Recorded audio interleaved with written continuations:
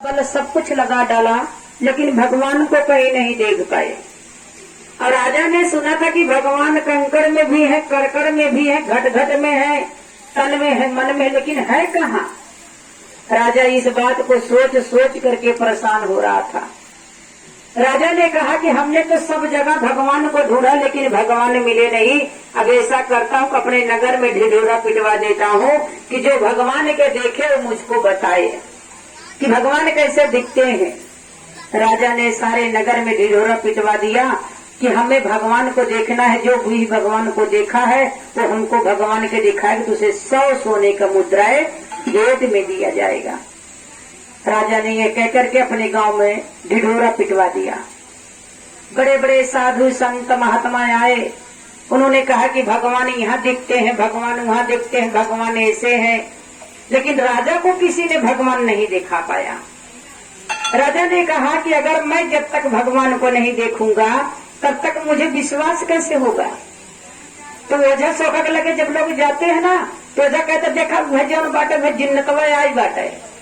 और हम लोग क्या करते हैं, उसके ऊपर विश्वास कर लेते हैं, लेकिन उस जिन्नतवन एक खर नहीं हिला पाया तो कैसे महसूस करेंगे वो जिन्नतवा है कि क्या है। मेरे भाई बहन, उसी तरीके से राजा ने कहा कि अगर भगवान है तो भाई कुछ तो भगवान का इशारा होना चाहिए। तुमने भगवान को देखा है तो भगवान से बोलो कि कुछ तो इशारा करे। सारे लोग फेल होते चले जा रहे थे, बड़े बड़े ज्ञानी लोग आए चले गए। उसी में एक बहुत बड़े महात्मा थे। महात्मा को अथाह ज्ञान था परमात्मा की धरती की तरफ चलने के लिए। जैसे हमारे साहब और दीदी को ज्ञान हुआ था, किसी को चलने के लिए निःशुल्क चला जाता है।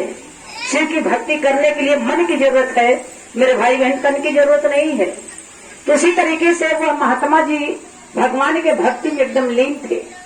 महात्मा जी ने भगवान के बारे में और राजा के बारे में सुना। महात्मा जी वहां से चल करके आए उस राजा के पास। राजा के यहाँ गए तो राजा ने कहा कि आइए महात्मा जी बैठिए, क्या लेंगे आप। राजा ने पूछा कि क्या लेंगे आप। महात्मा जी ने कहा कि बेटा 1 गिलास दूध मिल जाता तो बहुत अच्छी बात हो जाती। राजा ने तुरंत आदेश दिया और उनके घर में से एक गिलास सोने के चमचमाते हुए गिलास में दूध भर के आया। राजा ने कहा कि महात्मा जी ये लीजिए, दूध को पी लीजिए। आपने कहा दूध की, तो हमने दूध मंगवा दिया।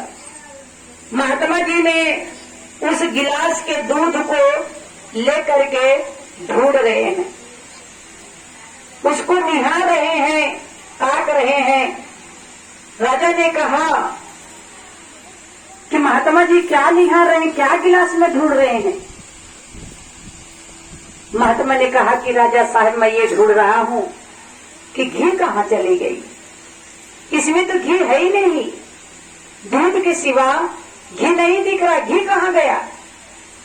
राजा ने उस महात्मा को जवाब दिया कि अरे महात्मा जी आप पागल तो नहीं है क्या। अरे घी दूध में कहाँ मिलेगा। जब इस दूध को जलाएंगे, इसको जमाएंगे, मक्खन बनाएंगे, जब इसको मारेंगे तब जा करके घी निकलेगा। तो ऐसे दूध में घी नहीं दिखता।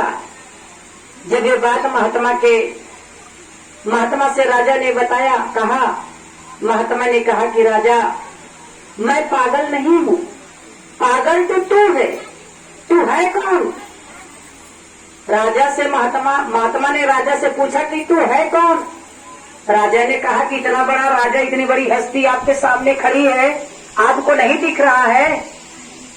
फिर महात्मा ने पूछा कि भाई मैं तुमसे पूछ रहा हूँ कि तू है कौन। फिर राजा ने कहा कि भाई मैं तेरे सामने हूँ, नहीं दिख रहा हूँ, तू लगता है बहुत बड़ा महात्मा पागल है। महात्मा ने कहा कि नहीं मैं तुझसे नहीं पूछ रहा हूँ, उससे पूछ रहा हूँ जो बोल रहा है कि वो है कौन। राजा ने कहा कि होगा कोई आत्मा।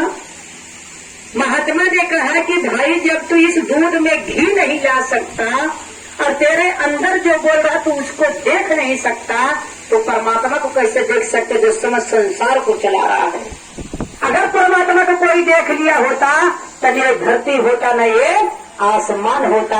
हर किसी अपने पास उनको बांध करके रख लेता कि मेरा भला हो, किसी और का भला ना हो।